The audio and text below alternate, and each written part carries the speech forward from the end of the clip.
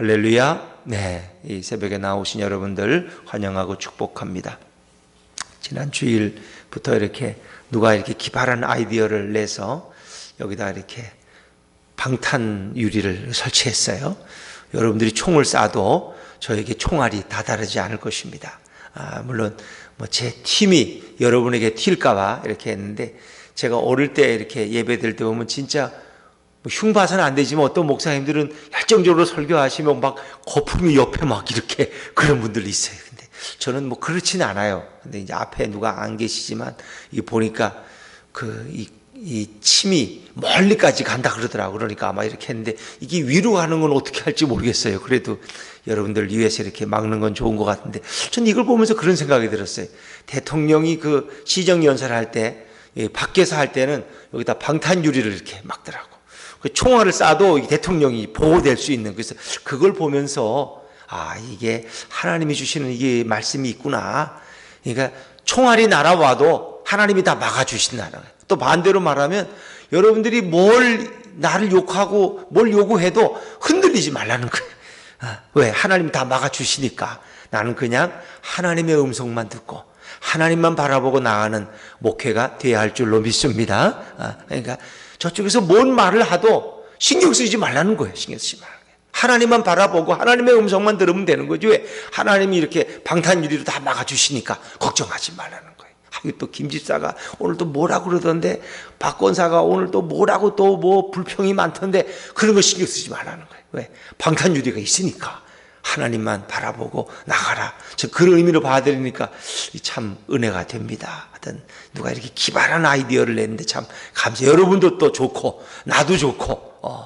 자, 근데 이제 사진을 찍으면 여기 이렇게 금이 가는 게 하나 이제 흠이 있어서, 코로나가 있을 때만까지만 하고 코로나 끝나면 치워야 되지 않나. 왜? 사진이 이게 반쪽으로 갈라져서. 그러나 하여튼 이 의미는 충분히 있다. 이게 볼 때마다 저도 또 새로운 은혜를 입습니다. 우리 인생에 가장 중요한 것은 예배를 회복하는 것입니다. 예배. 그러니까 우리의 신앙의 삶의 최고는 뭐예요? 바른 예배를 드리는 거예요. 그러니까 우리는 그것을 신령한 예배, 영적 예배라는 거예요. 영과 진리로 예배할지니라. 하나님은 영이시니, 그러니까 하나님이 영이라는 것은 어느 곳에나 계신다는 거예요. 그래서 우리는 사실 예배라는 게 이게 현장 예배나 영상 예배나 그게 중요한 건 아니에요. 물론 성도의 교제는 혼자는 없지. 그러나 더 중요한 것은 어떤 자리에서 예배드리든 거기에 성령의 임재가 있느냐. 영과 진리로 드리는 예배예요. 그래서 우리가 진정한 예배를 회복하는 것이 신앙의 회복이고 내 인생의 회복이고 내 삶의 회복인 줄로 믿으시기 바랍니다. 그 예배가 중요한 거예요. 그래서 우리가 예배를 드리기 위해 생명을 거는 거예요. 예배를 포기하면 이거 안 된다. 왜? 신앙생활이라는 예배를 포기하는 순간부터 내리막길이기 때문에.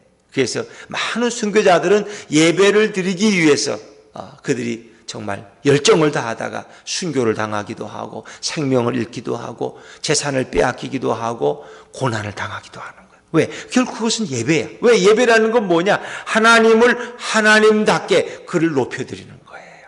하나님을 찬양할 수 없다면, 하나님을 높여드릴 수 없다면, 하나님이 우리의 창조주임을 고백할 수 없다면 그건 잘못된 삶이라는 거예요.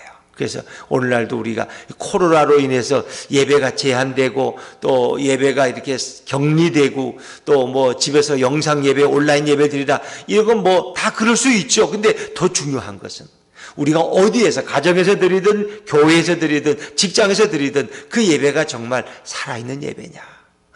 정말 우리의 주인 되시고 우리의 왕 되신 주님 앞에 우리의 마음을 토하며 그분 앞에 우리의 정성과 찬양을 온전히 올려드리느냐 하는 거예요. 그러니까 이스라엘 백성이 가나안 땅에 들어와서 우상을 숭배하고 하나님을 떠났다고 하는 건 뭐예요? 그들이 온전한 예배를 버렸다는 거예요. 그들이 하나님 예배를 버리고 오히려 우상 앞에 가서 찬양하고 우상 앞에 제물을 드렸다는 거예요. 여기에 문제가 있는 거예요.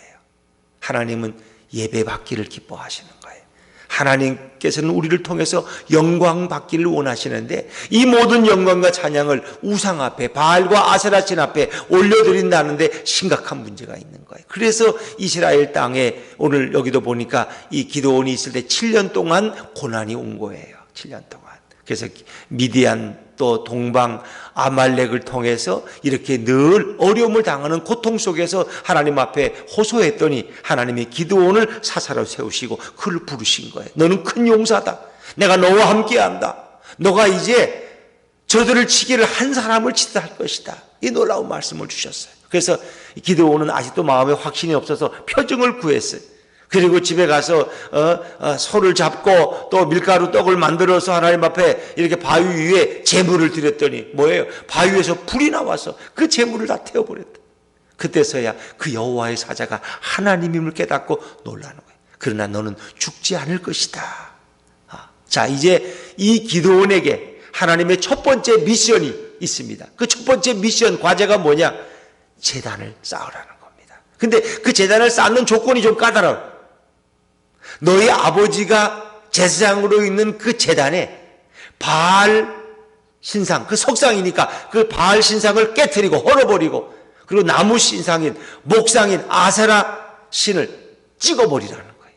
그걸 찍어가지고 그 아세라 신이 나무 목상이니까 그 찍은 나무를 가지고 내게 너희 집에 있는 가장 좋은 둘째 수소를 가지고 7년 된 내게 제단을 쌓으라는 거예요. 예배 회복이 예배 회복. 그런데 예배를 드리기 위해서는 어떻게 해야 돼요? 우상의 제단들을 다 헐어버려야 돼. 바알 신당을 헐어버리고 아세라 신을 도끼로 찍어버려야 돼. 그리고 그것을 가지고 불쏘시개로 삼아서 내게 제사를 드리라는 거예요. 예배를 드리라는 거예요. 그러니까 예배의 조건이라는 게 조금 몇 가지 조건이 있죠. 그냥 드리는 게 아니에요. 그냥 드려요. 바알과 아세라 신을 헐어버리고 깨트려버려요. 찍어버려야 돼. 이런 미션이 바로 이 기드온에게 임했다는 거예요. 왜? 그의 인생의 회복도 예배로부터 시작되고 이스라엘의 회복도 예배로부터 시작되는 거예요. 바른 예배를 드리려면 잘못된 우상의 모든 조건들, 죄악된 조건들을 척결해야 돼. 근데 이 일이 쉬워요. 아버지가 요아스가 그 제단을 관리하는 제상 일을 하고 있어요. 그리고 그 동리의 마을 사람들이 아마 다 그 제단을 바라보고 바알과 아세라 신상에 가서 이렇게 예배 드렸을 거예요. 거기다 우상 제물을 바치고 아버지가 또 관리인이야. 근데 그것을 찍어버리고 깨트려버려야 돼. 마을 사람들, 내 큰아버지도 있고 삼촌도 있고 이모도 있고 고모도 있겠지만 그분들이 나를 그냥 두겠어요? 그냥 안 둘 거예요. 왜? 그건 자기들이 섬기는 신의 이 단을 헐어버렸기 때문에. 이것은 매우 어려운 결단이었을 것이다. 결코 쉽지 않은.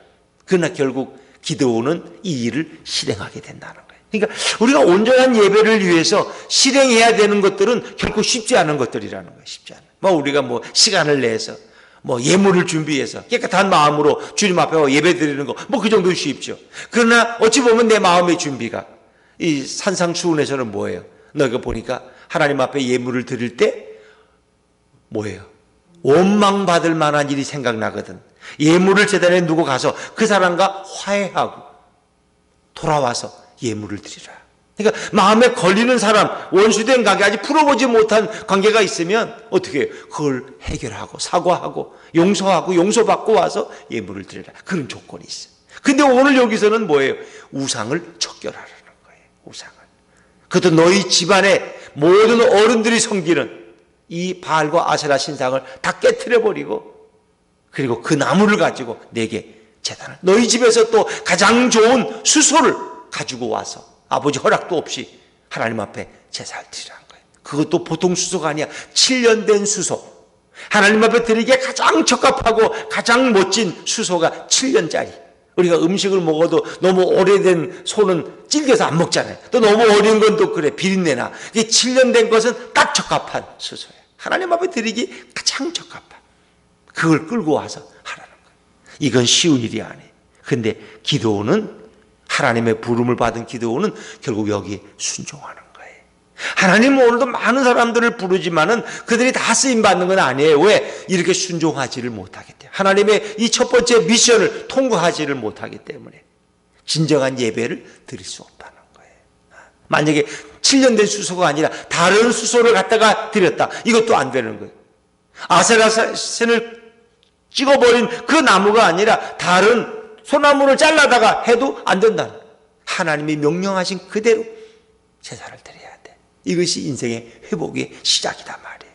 자, 우리 오늘 25절 말씀을 한번 다시 읽어볼까요? 25절입니다. 시작.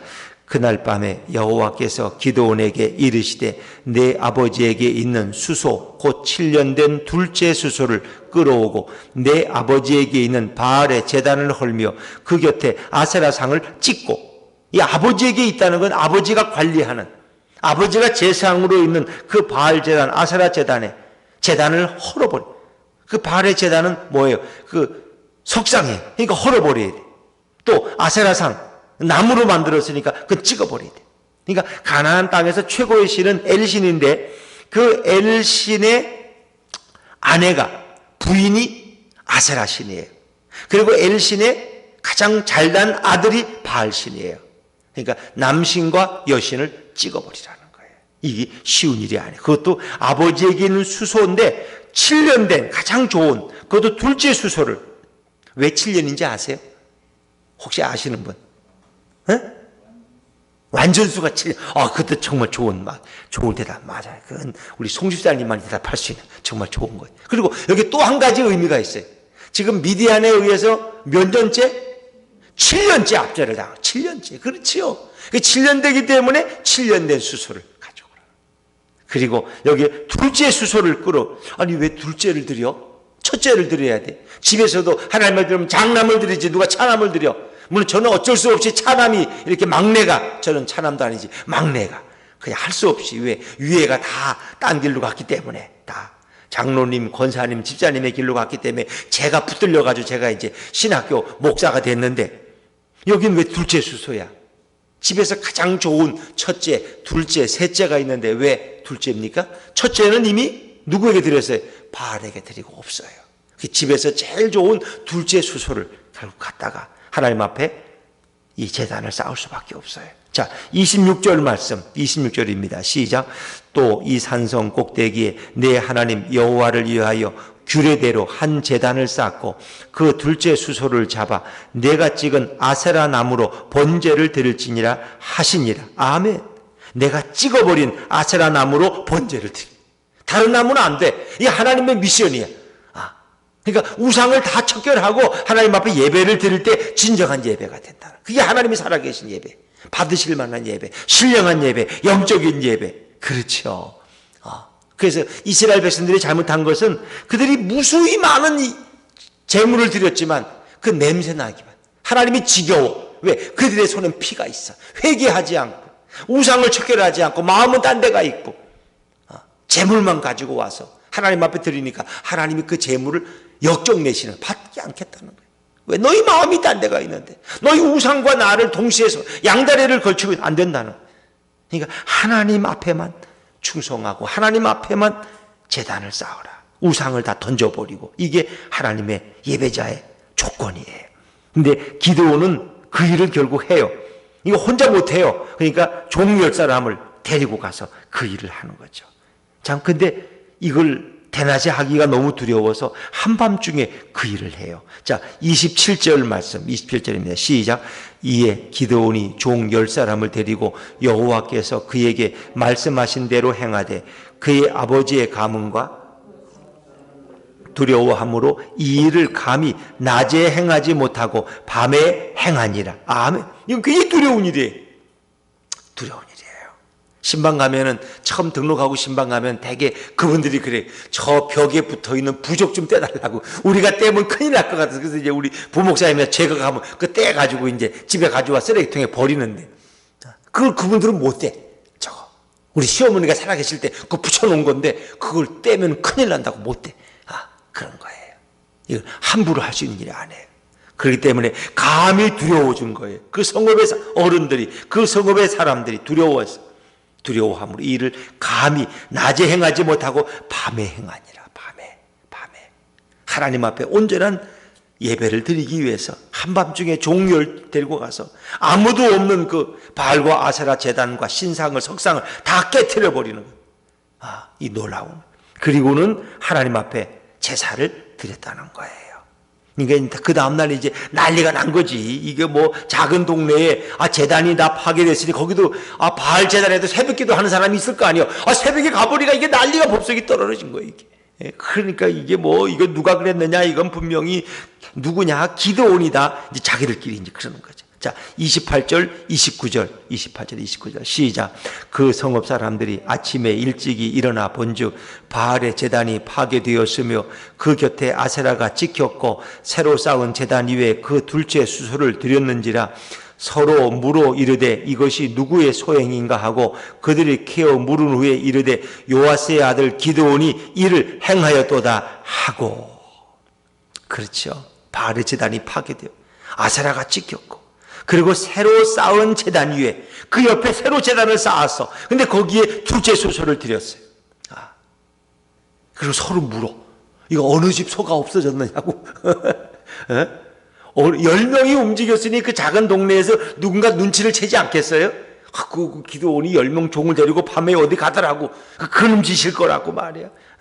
이게 뭐 작은 동네니까 단박 탈락이 나요, 이거는. 그러니까 사람들이 와서 난리가 난 거예요. 30절 제가 읽어볼까요? 성읍 사람들이 요아스에게 이르되 내 아들을 끌어내라. 그는 당연히 죽을지니 이는 바알의 제단을 파괴하고 그 곁에 아세라를 찍었음이니라 하니. 이미 정답을 알고 왔어요. 내 아들이 바알의 제단을 파괴하고 아세라를 찍었다는 거예요. 이제 끌어내라. 그는 당연히 죽어야 돼. 당연히 죽어야 되죠. 신상을 깨뜨렸으니까. 그렇죠. 여러분 같으면 그냥 내비두겠어요? 이거 용서받을 수 없는 거예요. 그런데 이 상황에 요아스가 자기 아들을 보통 내어줘야 돼.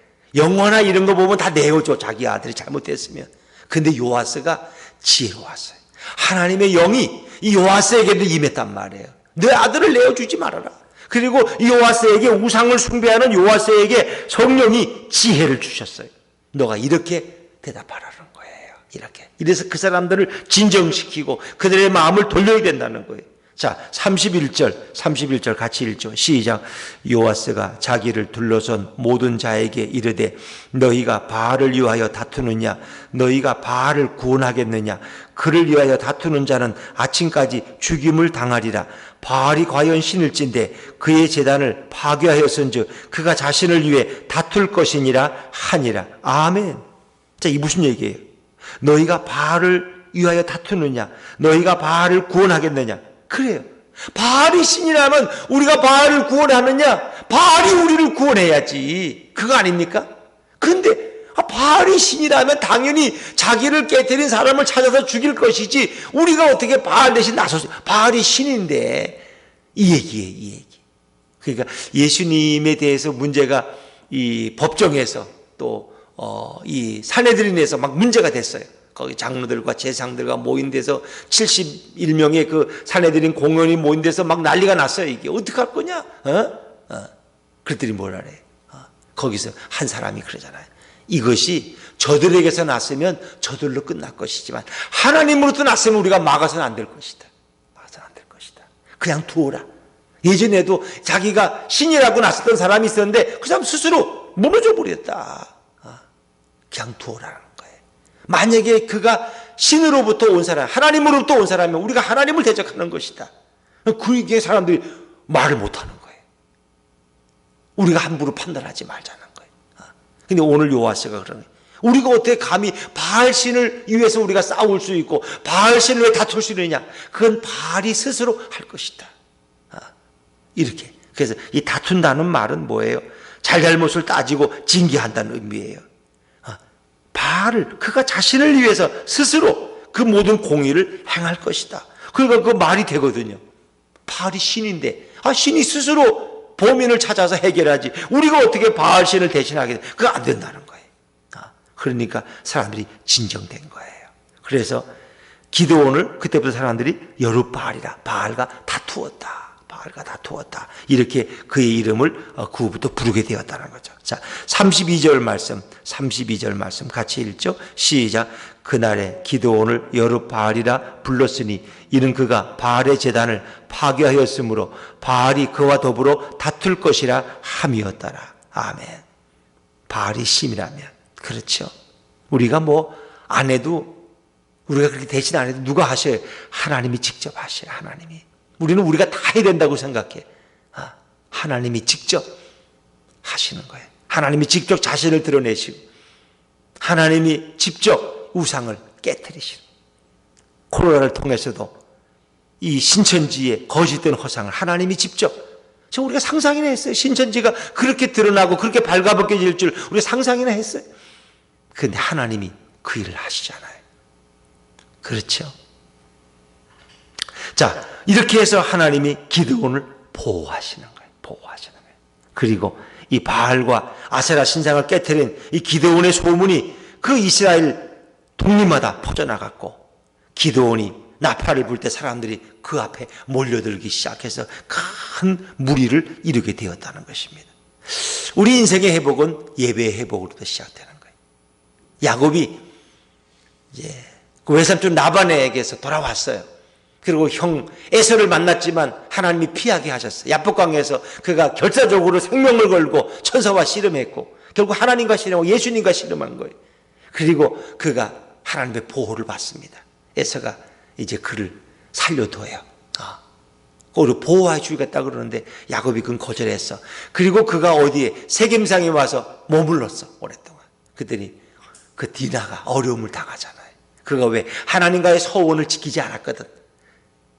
내가 아버지 집을 떠날 때 베델에서 잠을 장우는, 내가 돌아오면 이 베델에서 하나님 앞에 제단을 쌓겠다고 약속했는데 까마득하게 잊어버렸어. 서원의 11조를 드리겠다고 했는데 그것도 잊어버렸어. 제사를 드리지, 감사의 예배를 드리지 않았어. 결국 어떻게 해? 그가 디나 사건을 통해서 깨달아요.